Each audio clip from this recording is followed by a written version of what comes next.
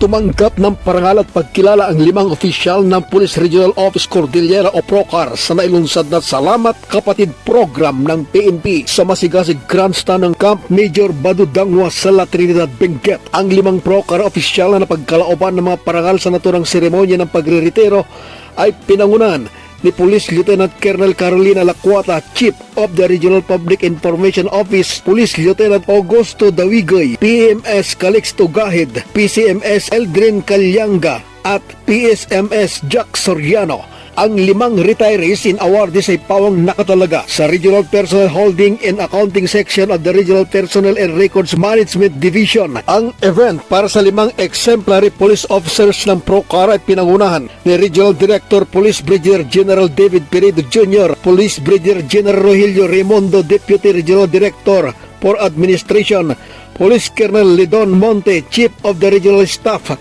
the Special Staff, the Chiefs of the Regional Support Unit, PROCAR personnel at mga kaibigan at pamilya ng mga retirees. Bahagi ng programa ay pinanguna ni General Peredo ang pagkakaloob ng medalya ng paglilingkod o PNP Service Medal at Plaque of Appreciation para sa 5 honorees na nagpamalas ng kanilang katangi-tangi at matapat na paglilingkod o serbisyo sa hanay ng pambansang pulisya.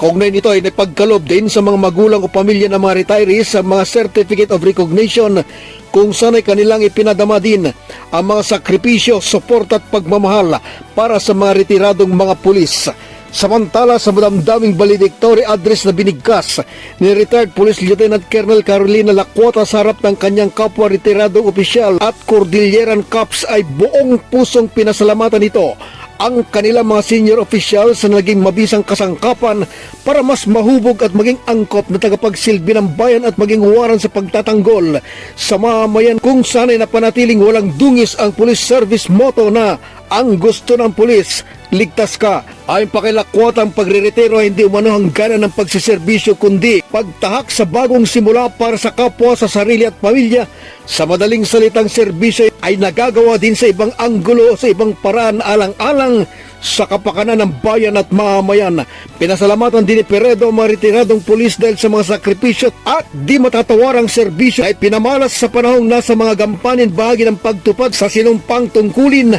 at magbibigay inspirasyon para sa pulis sa susunod na henerasyon. Mula sa lalawigan ng Benguet, Fred Rulyuda para sa Mata ng Agila, Northern Luzon. Matatag, matapang, matapat.